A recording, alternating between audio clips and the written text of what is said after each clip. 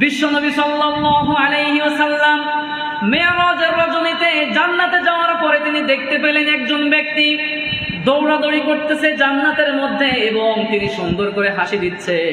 বিশ্বনবী এবার জিবরাইল আমিনকে জিজ্ঞাসা করলেন, ও জিবরাইল, আমাকে বলো এই ব্যক্তিটাকে তার কোন আমলের কারণে সে জান্নাতে চলে এসেছে, জান্নাতে আসার কারণে সে স্বাচ্ছন্দ্যে ঘোরাফেরা করতেছে, জান্নাতটাকে সে এনজয় করতেছে, উপভোগ করতেছে, আমাকে তার পরিচয়টা বলে দাও।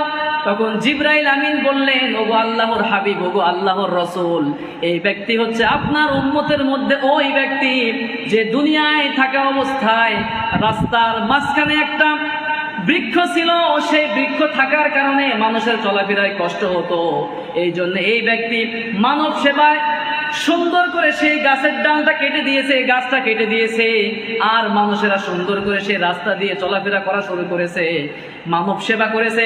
মানব সেবা করার কারণে আল্লাহ রাব্বুল আলামিন তার প্রতি রাজি খুশি হয়ে গিয়ে আল্লাহ পাক তাকে জান্নাতি বানিয়ে দিয়েছে।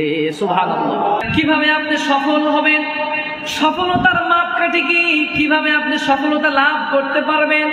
আল্লাহ রাব্বুল আলামিন কোরআনের মধ্যে বললেন, ইল্লাল্লাযীনা আমানু ওয়া আমিলুস সালিহাত। পবিত্র কুরআনুল কারীমের মধ্যে 114টি সূরা রয়েছে। কয়টি সূরা? 114টি সূরা রয়েছে। 114টি সূরার মধ্যে আজকে 103 নম্বর সূরা থেকে আমি আপনাদের সামনে কথা বলবো ইনশাআল্লাহ। সূরাটির নাম হচ্ছে সূরাতুল আসর। নাম কি? সূরাতুল আসর। আমরা অনেকেরই মুখস্থ আছে না? এই সূরাটা আল্লাহ রাব্বুল আলামিন আমার আপনার হেদায়েতের জন্য যথেষ্ট করে দিয়েছেন, যদি আমরা এই সূরা থেকে আমরা নসিহা গ্রহণ করতে পারি। আল্লাহ রাব্বুল আলামিন সূরার মধ্যে যতগুলো সূরা কোরআনের মধ্যে দিয়েছেন, এর মধ্যে দুইটি ভাগ করেছেন, একটা হচ্ছে মাক্কি আর একটা ভাগ হচ্ছে মাদানী। নবীজি সাল্লাল্লাহু আলাইহি ওয়াসাল্লাম মক্কায় থাকা অবস্থায় যতগুলো সূরা আল্লাহ রাব্বুল আলামিন নাজিল করেছেন, সেই সকল সূরাগুলোকেই বলা হয়ে থাকে মাক্কি।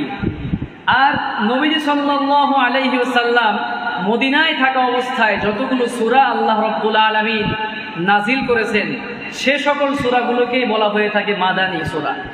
সূরাতুল আসর এটা হচ্ছে মাক্কি সূরা। নবীজি সাল্লাল্লাহু আলাইহি ওয়াসাল্লাম মদিনার জমিনে, মক্কার জমিনে থাকা অবস্থায় এই সূরাটি নাজিল হয়। এই সূরার মধ্যে আয়াত রয়েছে 3টি। কয়টি আয়াত? মাত্র 3টি আয়াত রয়েছে। এই সূরার মধ্যে শব্দ সংখ্যা রয়েছে 14টি আর অক্ষর রয়েছে সর্বমোট 70টি। এই সূরা আমরা অনেকের মুখস্থ আছে না?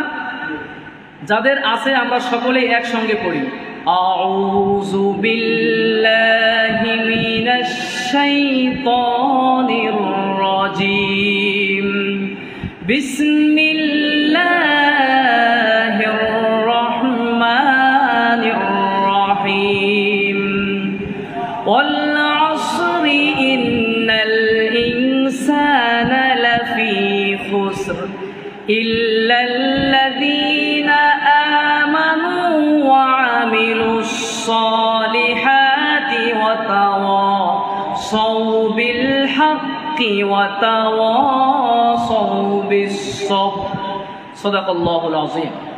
আল্লাহ রাব্বুল আলামিন বলতেছেন, ওয়াল আসর, সময়ের শপথ, যুগের শপথ, কালের শপথ, ইতিহাসের শপথ।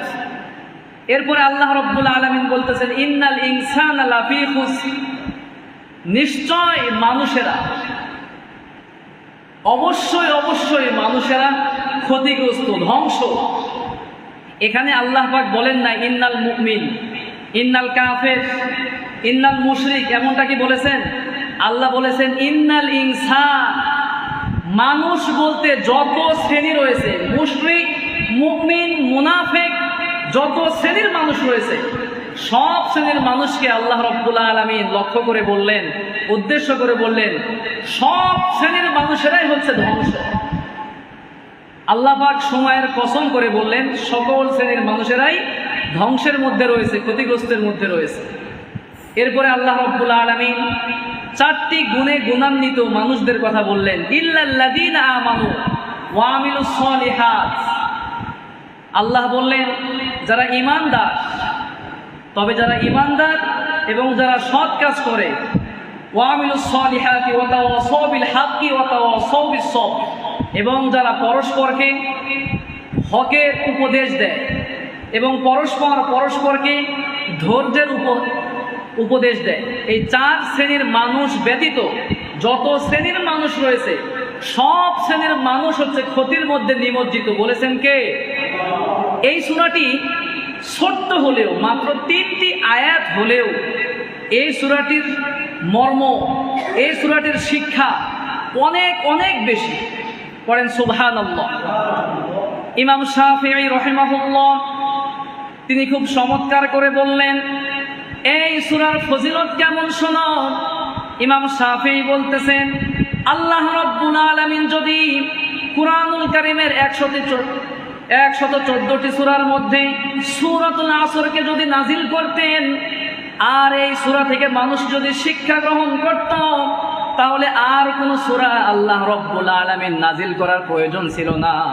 শুধুমাত্র এই সূরাটা নাজিল করলেই মানুষের হেদায়েতের জন্য যথেষ্ট হয়ে যেত। পড়েন সুবহানাল্লাহ। এই সূরার ফজিলত কেমন শুনেন। বিশ্ব নবী সাল্লাল্লাহু আলাইহি ওয়াসাল্লাম একদিন আবু যার রাদিয়াল্লাহু আনহুকে বললেন, ইয়া আবা যার লা আন তাগদু ফাতাআল্লামা আয়াতাম মিন কিতাবিল্লাহি খায়রুল লাকা মিন আন তুসাল্লি মিআতা রাকাআহ। বিশ্ব নবী সাল্লাল্লাহু আলাইহি ওয়াসাল্লাম আবু যার রাদিয়াল্লাহু আনহুকে সুন্দর করে বললেন, ও আমার সাহাবী আবু যার, তুমি যদি কুরআনুল কারীমের সামান্য একটি আয়াতের শিক্ষা তুমি যদি গ্রহণ করতে পারো, তুমি যদি এই অনুযায়ী জীবনটা পরিচালনা করতে পারো, 100 রাকাত নামাজ পড়লে যেমন সওয়াব, এর চাইতেও বেশি সওয়াব যিনি তোমার আমলনামার মধ্যে দিয়ে দিবেন তিনি কে? এই যে এখন আমরা এখানে বসলাম, কোরআন শেখার জন্যই তো বসছি, কোরআন বোঝার জন্যই তো আমরা এখানে বসলাম। আল্লাহর নবী বলতেছেন, একটি আয়াতের শিক্ষা আপনি যদি গ্রহণ করতে পারেন, 100 রাকাত নামাজ পড়লে যে সওয়াব, এই সমপরিমাণ সওয়াব আপনার আমলনামার মধ্যে ঢুকিয়ে দিবেন। সুবহানাল্লাহ। তার মানে আজকে এই 3টি আয়াতের শিক্ষা যদি আমরা গ্রহণ করতে পারি, 300 রাকাত নামাজ পড়লে যে সওয়াবটা হবে, আমার আপনার আমলনামার মধ্যে 300 রাকাত নামাজের সওয়াব যিনি দিয়ে দিবেন তিনি কে? আমরা শুনতে রাজি আছি তো ইনশাআল্লাহ? আমার ভাইয়েরা, আল্লাহ রাব্বুল আলামিন সর্বপ্রথম তিনি বলতেছেন, ওয়াল আসর, সময়ের শপথ, যুগের শপথ, কালের শপথ। এখানে আমরা অনেকেই অনেক সময় কসম করি না? অনেকে আমরা বলে থাকি, আমি আমার মায়ের কসম করলাম, আমি আমার সন্তানের কসম করলাম, আমি মসজিদের কসম করলাম, কুরআনের কসম করলাম। এভাবে আমরা অনেকেই অনেক কসম করে থাকি। কসমের বিধানটা শুনে যান। আল্লাহ রাব্বুল আলামিনের প্রিয় হাবিব বলেছেন, মান হালাফা বিগায়রিল্লাহি ফাকাদ আশরাকা। যেই ব্যক্তি আল্লাহ ব্যতীত অন্যান্য যে কোনো জিনিসের নামেই কসম করে, সে কুফরি করলো, শিরিক করলো। নাউজুবিল্লাহ বলেন। তার মানে আমরা যখন কোনো কিছুর কসম করতে যাব, কার নামে কসম করতে হবে? আর পৃথিবীতে কোনো কিছুর নামে কসম করা যাবে? কোনো কিচ্ছুর নামে কসম করা যাবে না। যে করে সে শিরিক করে ফেলে। এই জন্য আল্লাহ রাব্বুল আলামিন যত গুরুত্বপূর্ণ কাজ আমরা করতে যাই, বোঝাতে যাই, কসম করব কার নামে? আল্লাহর নামে। কিন্তু আল্লাহ রাব্বুল আলামিন তিনি কসম করবেন কিভাবে, করেন কিভাবে? যে মানুষের সাথে রিলেটেড, যখন যেটার সাথে যেটা রিলেটেড সেটাকে কেন্দ্র করেই আল্লাহ রাব্বুল আলামিন কসম করেন। যেমন সময়ের সাথে মানুষের রিলেশনটা সব চাইতে বেশি। একজন মানুষের জীবনে সব চাইতে দামি জিনিসটাই হচ্ছে সময়, ঠিক কিনা? আল্লাহ রাব্বুল আলামিন এই জন্য কসম করলেন, ওয়াল আসর, সময়ের শপথ, সময়ের কসম। আপনি যদি আপনার সময়টাকে যথাযথ কাজে লাগাতে না পারেন, আপনার জীবন, আপনার সব কিছু ধ্বংস করে দিবেন কে? আর যদি আপনার যৌবনকে, আপনার জীবনকে, প্রত্যেকটা মুহূর্তকে, সময়টাকে যদি আপনি কাজে লাগাতে পারেন, আপনার দুনিয়া আখিরাত সফল কাম করে আপনাকে জান্নাতের মধ্যে ঢুকাবেন কে? আমার ভাইয়েরা, আল্লাহ রাব্বুল আলামিনের প্রিয় হাবিব এই জন্য আমাকে আপনাকে শিক্ষা দিলেন, আমরা সব সময়ের জন্য কসম করতে হবে একমাত্র একজন মালিকের জন্য। একটু আওয়াজ দিয়ে বলতে হবে, তিনি কে? আমার ভাইয়েরা, সূরাতুল আসরের ব্যাখ্যা তাফসীর বুঝতে গিয়ে ইমাম রাজি রাহিমাহুল্লাহ তিনি বলতেছেন, আমি এই সূরার তাফসীর আমি বুঝতে পারতেছিলাম না, আমার কাছে কঠিন হয়ে যাচ্ছিল। কিন্তু একদিন আমি বাজারে গেলাম, হঠাৎ করে একজন আইসক্রিম বিক্রেতাকে আমি বলতে শুনলাম, সে ঘোষণা করতেছে যে ওই ব্যক্তির উপর তোমরা করুণা করো, দয়া করো, যেই ব্যক্তির পুঁজিটা গলে শেষ হয়ে যাচ্ছে। তিনি এই কথা শুনে এখান থেকে তিনি সূরাতুল আসরের তাফসীর তার জন্য বোঝা সহজ হয়ে গেল। আল্লাহু আকবার! চিন্তা করতে পারছেন? তার মানে হচ্ছে একটা আইসক্রিম আপনি যখন হাতে নেবেন 2-5 মিনিট যাওয়ার সাথে সাথে আস্তে আস্তে গলতে গলতে সব শেষ হয়ে যায় কি না? আমাদেরও কিন্তু একটা সময় আমরা ছোট ছিলাম, কিশোর ছিলাম, যুবক আছি, এক সময় যুবকও থাকবো না, অনেকে আমরা মুরব্বী হয়ে গিয়েছি। জীবনটা শেষ হয়ে যাবে, সময় ফুরিয়ে যাবে, হঠাৎ করে একদিন মালাকুল মাউত আপনার সামনে হাজির হয়ে যাবে, আপনাকে চলে যাওয়া লাগবে।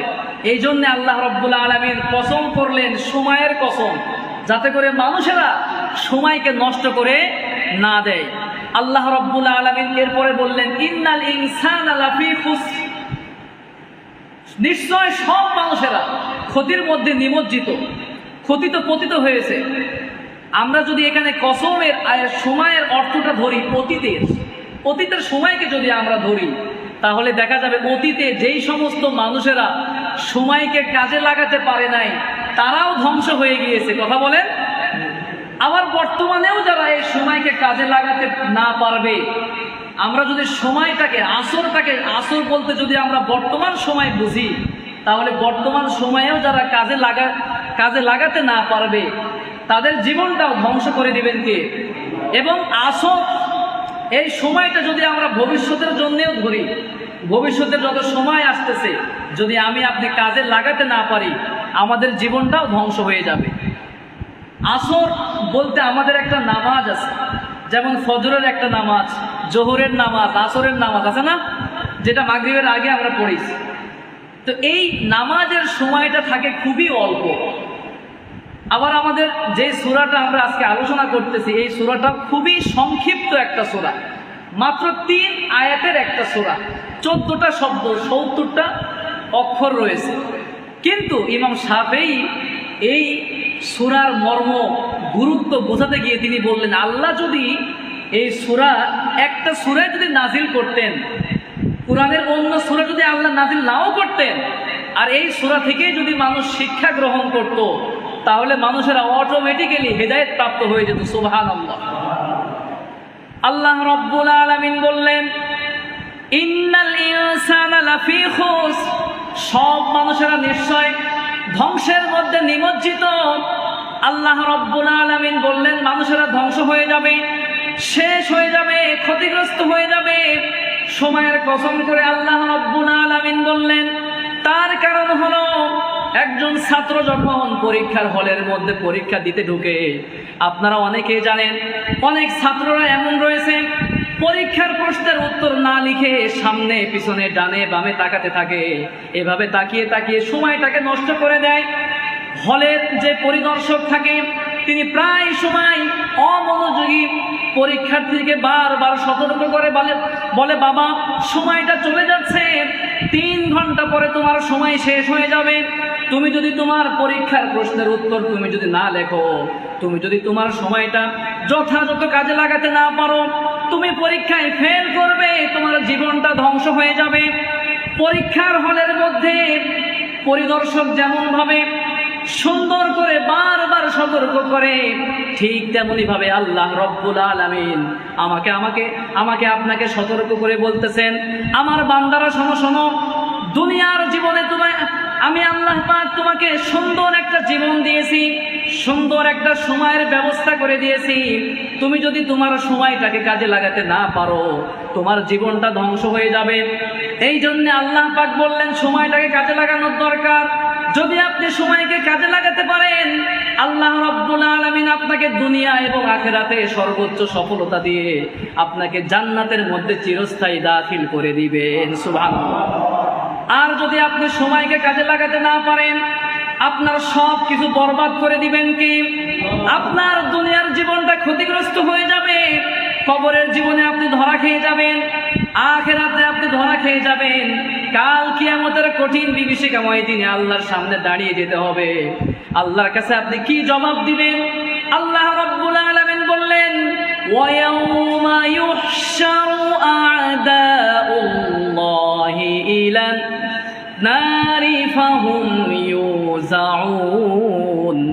আবার অন্য আয়াতের মধ্যে আল্লাহ পাক বলতেছেন, ইকরা কিতাবাকা কাফা বিনাফসিকা আল-ইয়াওমা আলাইকা হাসিবা। আপনি আল্লাহর সামনে দাঁড়িয়ে যাওয়া লাগবে।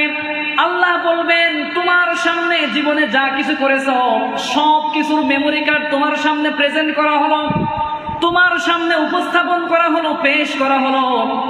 তুমি দুনিয়ায় থাকা অবস্থায় এই করেছো আর এটা করো নাই, নামাজ পড়ো নাই, সময়কে কাজে লাগাও নাই, মানুষকে সুযোগ পাইলে ঠকিয়েছো, জুলুম করেছো, অত্যাচার করেছো।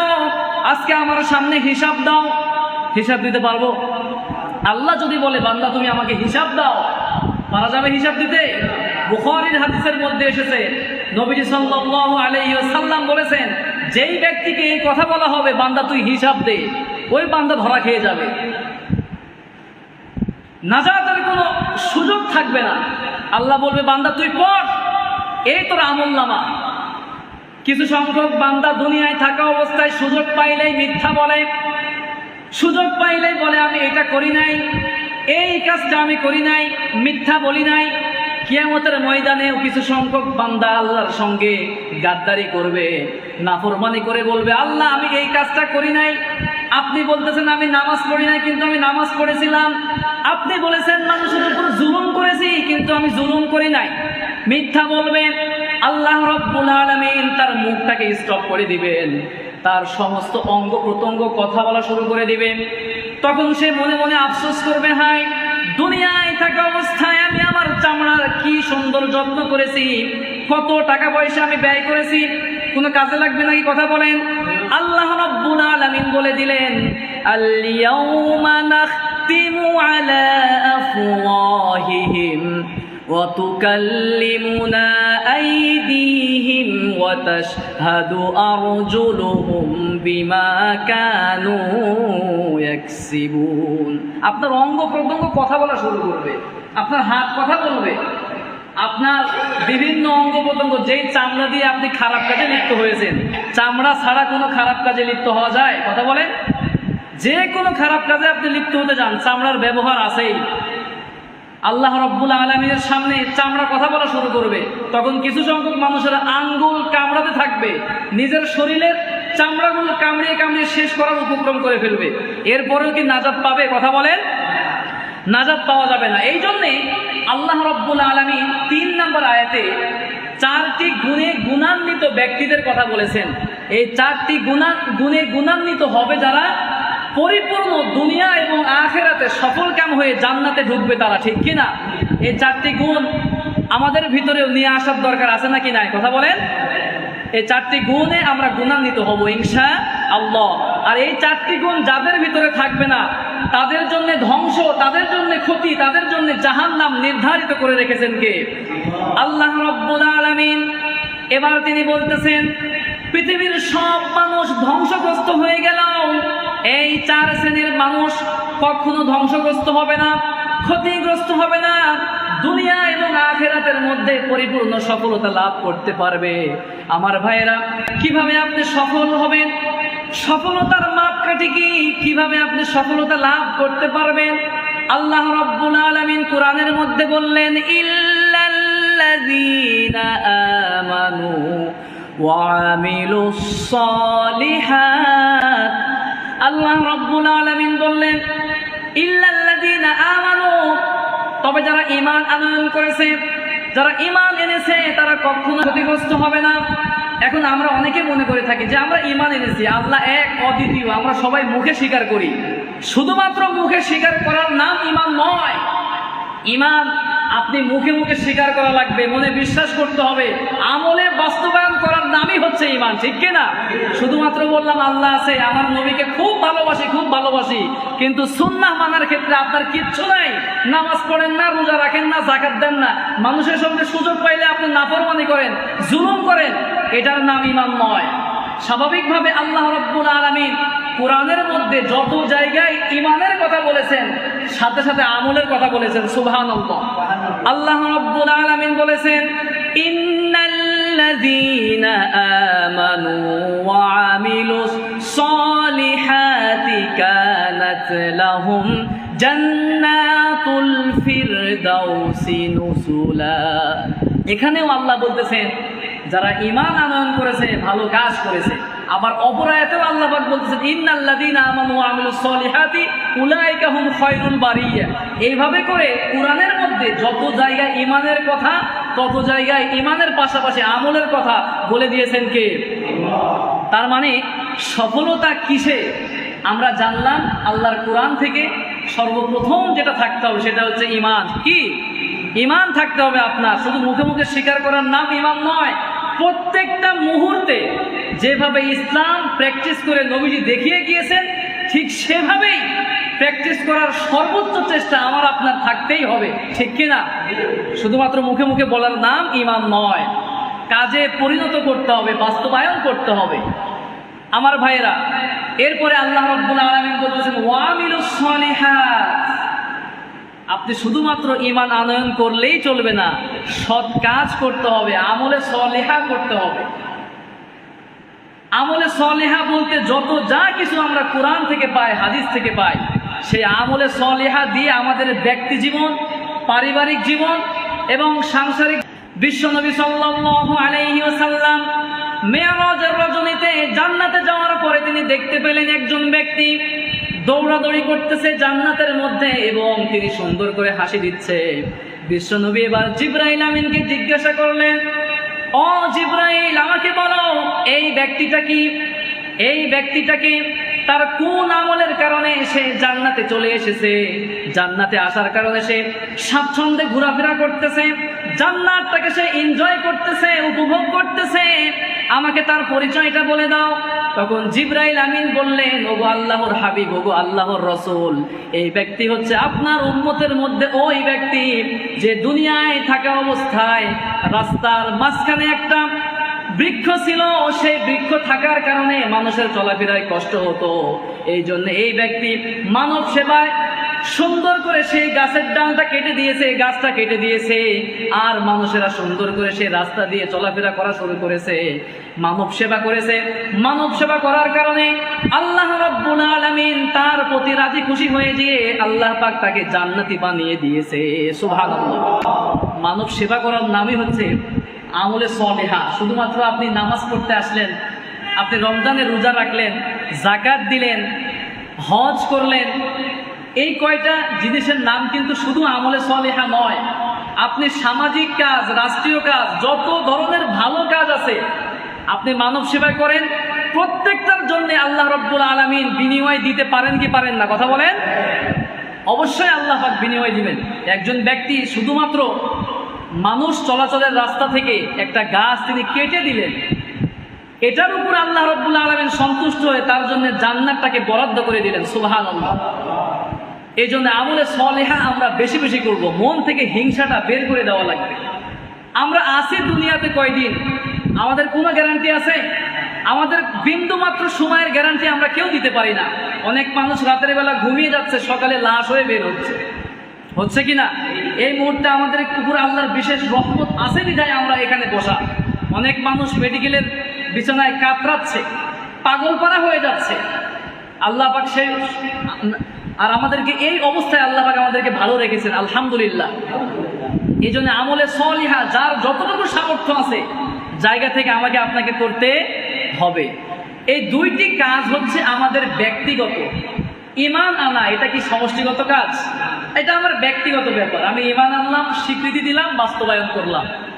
এরপরে যে কাজ আল্লাহ রাব্বুল আলামিন বললেন আপনি সফল কিভাবে হবেন, সফলতার মানদণ্ডটা কি? আল্লাহ পাক এক নম্বরে বললেন ঈমান আনতে হবে। কি আনতে হবে? ঈমান আনতে হবে। ঈমান আনার পাশাপাশি 2 নম্বরে যেটা বললেন, আমলে সলিহা আপনাকে করতে হবে। ভালো কাজ আপনি যত বেশি করবেন তত বেশি খুশি হয়ে যাবেন কে? এই 2টি কাজ হচ্ছে আমাদের ব্যক্তিগত কাজ। এরপরে যে 2টি কাজের কথা আল্লাহ পাক বলবেন, সেই 2টি কাজ ব্যক্তিগত নয়।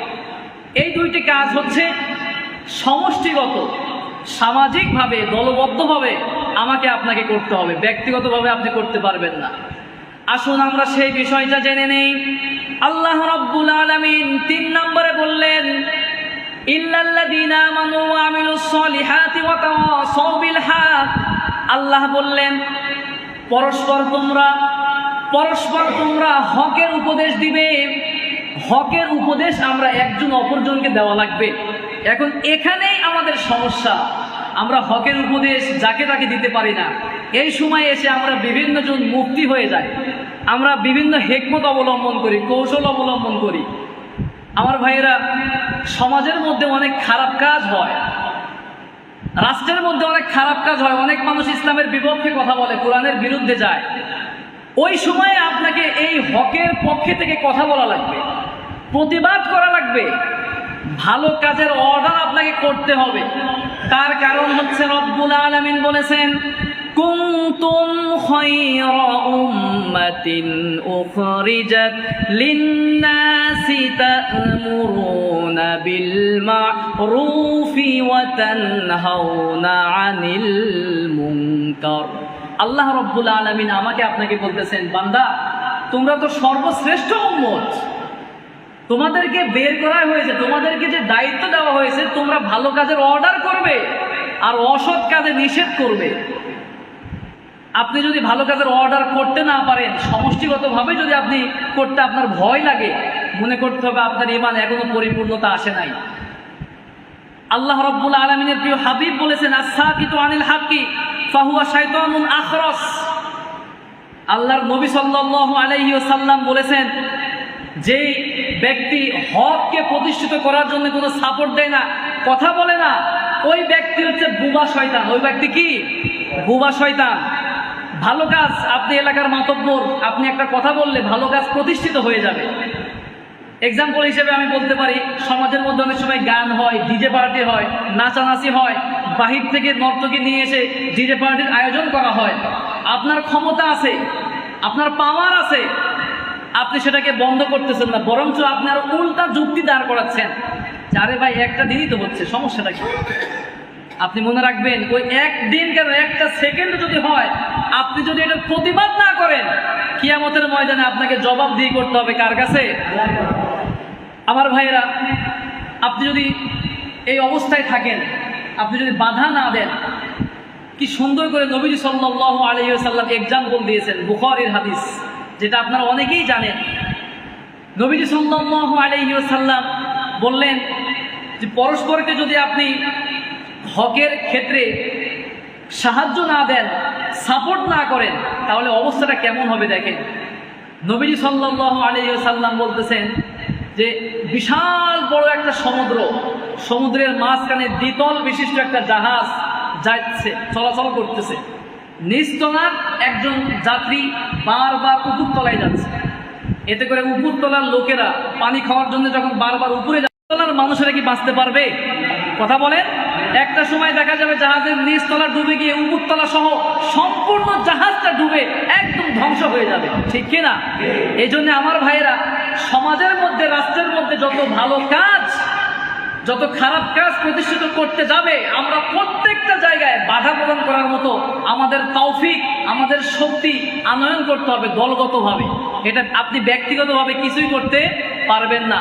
সমাজের মধ্যে, রাষ্ট্রের মধ্যে অনেক সময় অনেক মুরতাদ নাস্তিকরা ইসলাম বিদ্বেষী অনেক কিছু করতে যাবে। আপনারা ইদানিং সময়ে দেখেছেন, শিক্ষার সিলেবাস নিয়ে যেভাবে যা কিছু শুরু করা হয়েছে, এদেশের ভবিষ্যৎ প্রজন্ম, আমাদের সন্তানদেরকে ধ্বংস করে দেওয়ার জন্যে এক শ্রেণীর নাস্তিক আর মোরতাদরা শিক্ষা ব্যবস্থাকে আবার নতুন করে ধ্বংস করার চরম একটা ষড়যন্ত্রে লিপ্ত হয়েছে, ঠিক কিনা? আমার ভাইরা, এটা মুসলমান হওয়া সত্ত্বেও আমরা কখনো বিন্দুমাত্র আমরা বরদাস্ত করতে পারবো না, বসে থাকতে পারবো না। প্রত্যেকের জায়গা থেকে আমাকে আপনাকে প্রতিবাদী হয়ে ওঠা লাগবে, ঠিক কিনা? এই জন্য আমার ভাইয়েরা, এক্সাম্পল তো দিলে অনেক দেওয়া যায়। দাউদ আলাইহিস সালামের ঘটনা আপনারা জানেন। দাউদ আলাইহিস সালামের উম্মতেরা শনিবারের মাছ ধরা নিয়ে 3 দলে বিভক্ত হয়ে গিয়েছিল। কয় দলে? 3 দলে। এক দল বলতেছে আমরা শনিবারে যেহেতু আল্লাহ পাক মাছ ধরতে নিষেধ করেছেন, ইহুদির বাচ্চারা কেমন দেখেন, এরা নিয়ত করতেছে শনিবারে আমরা মাছ ধরবো না, আল্লাহ যেহেতু নিষেধ করছে। শনিবারে তারা সুন্দর করে জমায়ে রেখে রবিবারের সকালবেলা ইচ্ছা মতো মাছ ধরে তারা খাওয়া শুরু করছে। পৃথিবীর সব মানুষের সঙ্গে কৌশল অবলম্বন করলেও আপনি জিতলেও জিততে পারেন, কিন্তু আল্লাহর লগে কোনো কৌশল অবলম্বন করা সম্ভব? কথা বলেন তো। এই অবস্থা দেখে সমাজের কিছু সংখ্যক মানুষ তারা হকের উপর দাঁড়িয়ে গেল, প্রতিবাদী হয়ে উঠল। তারা বলল, তোমরা খবরদার, আল্লাহ যেটা নিষেধ করেছেন তোমরা এই কাজটা করো না, আল্লাহর গজব চলে আসবে, এই কাজ তোমরা বন্ধ করো।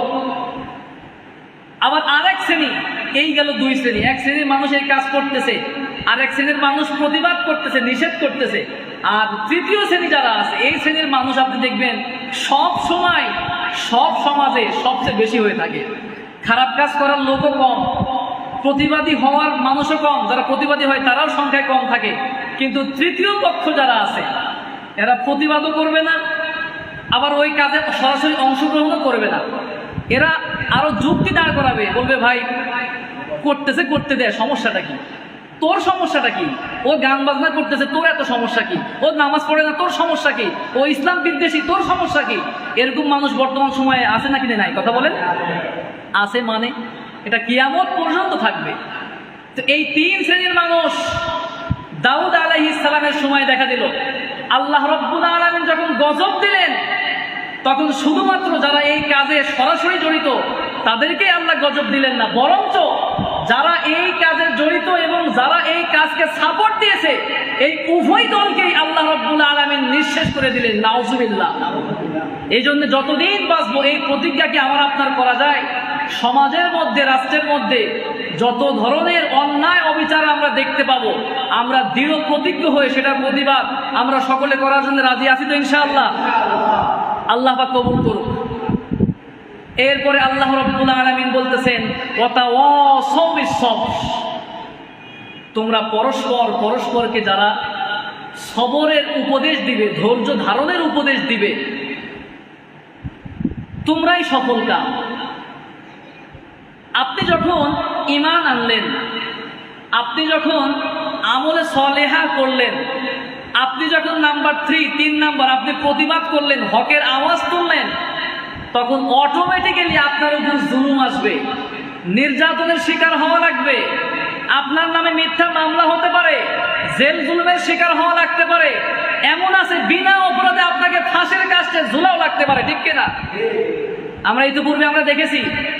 এগুলাই সারা সব সময়, শুধু বিগত সালের কথা বললে ভুল হবে, যেই দিন থেকে ইসলাম এই দুনিয়াতে এসেছে সেই দিন থেকে আজ পর্যন্ত নয়, কিয়ামত পর্যন্ত এমন থাকবে, ঠিক কিনা? আমার ভাইয়েরা, ঈমান আনয়ন করলে, হক কথা বললে, আমল করলে অবশ্যই আপনাকে জুলুমের শিকার হওয়াই লাগবে।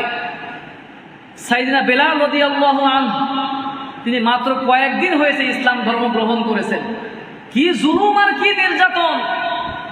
তাকে সেই জমিনের মধ্যে, মরুভূমির উত্তপ্ত বালুর মধ্যে তাকে শুইয়ে দেওয়া হয়েছে, তাকে বারবার মেরে ক্ষতবিক্ষত করে দেওয়া হয়েছে, তার জিহ্বার মধ্যে আঘাত করে জিহ্বাটাকে একদম শেষ করে দেওয়া হয়েছে।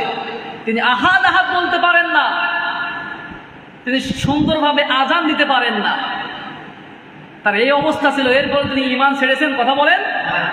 ঈমানের উপর অবিচল থাকতে গেলে জুলুম আসবেই, আর এই জুলুমের উপর আপনি ধৈর্য হারা হলে চলবে না। ধৈর্য ধারণ করে টিকে থাকতে পারলেই আপনাকে সফল কাম করবেন কে? সবসময় আমাকে আপনাকে মনে রাখতে হবে, ঈমানের পথ ফুলে বিছানো পথ নয়, ঈমানের পথ কুসুমাস্তীর্ণ নয়, ঈমানের পথ হচ্ছে কণ্টকাকীর্ণ। এই পথে অবিচল থাকতে গেলে অনেক জুলুমের শিকার হওয়া লাগবে, কিন্তু সব জুলুম সহ্য করে যদি আপনি টিকতে পারেন, আল্লাহ রাব্বুল আলামিন আপনাকে দুনিয়া এবং আখিরাতে সর্বোচ্চ সফলতা এবং কামিয়াবি দান করে আপনাকে জান্নাতের মধ্যে ঢুকিয়ে দিবেন। সুবহানাল্লাহ। আল্লাহ রাব্বুল আলামিন আমাদের সকলকে এই যে চারটি আমলের কথা, চারটি গুণের কথা আল্লাহ পাক বললেন, এই চারটি গুণ যারা অর্জন করতে পারবে তারা দুনিয়া এবং আখিরাতে সর্বোচ্চ সফলতা লাভ করতে পারবে। আর যারা এই চারটি গুণ অর্জন করতে ব্যর্থ হবে, আল্লাহ বলেছেন ইন্নাল ইনসানা লাফি খুসর, তারা অবশ্যই অবশ্যই ক্ষতির মধ্যে নিমজ্জিত থাকবে। আল্লাহ রাব্বুল আলামিন আমাদের সকলকে আমরা যেন এই চারটি গুণ অর্জন করতে পারি। নাম্বার 1, আমরা যেন ঈমান আনয়ন করে ঈমান অনুযায়ী আমরা যেন প্র্যাকটিক্যাল লাইফটা আমরা সাজাতে পারি। 2 নাম্বার হচ্ছে আমরা যেন আমলে সলিহা সব সময় করতে পারি। আর নাম্বার 3 নম্বরে হলো আমরা যেন নিজেও হকের উপর অবিচল থাকতে পারি এবং অন্য মানুষকেও যেন আমরা হকের উপর অবিচল থাকার উপদেশ দিতে পারি। আর নাম্বার 4 নম্বরে আল্লাহ রাব্বুল আলামিন বললেন এই সমস্ত কাজ তোমরা করতে গেলে, এই 3টি গুণে গুণান্বিত হতে গেলে বিপদ আসবে, জুলুম নির্যাতনের শিকার হওয়া লাগতে পারে। বান্দা তুমি ঘাবড়িয়ে যাবে না, ফ্রাস্ট্রেট হবে না, আপসেট হবে না, তুমি ধৈর্য ধারণ করবে এবং যাদের উপর জুলুম এসেছে তাদেরকেও ধৈর্য ধারণের উপদেশ দিবে। আল্লাহ রাব্বুল আলামিন বলেছেন এই 4টি গুণে যদি আমরা গুণান্বিত হতে পারি তাহলে পরিপূর্ণ সফলতা যিনি আমাদেরকে দিয়ে জান্নাতের মধ্যে ঢুকাই দিবেন তিনি হচ্ছেন আল্লাহ। আল্লাহ রাব্বুল আলামিন আমাদের সকলকে যতদিন বেঁচে থাকবো এই 4টি গুণ যেন আমরা অর্জন করে এই 4টি গুণের উপর যেন আমরা অবিচল থাকতে পারি, আমাদের সকলকে আল্লাহ পাক তৌফিক দান করুন, পড়েন আমিন। ওয়া আখিরু দাওয়ানা আলহামদুলিল্লাহি রাব্বিল আলামিন। আসসালামু আলাইকুম ওয়া রাহমাতুল্লাহ।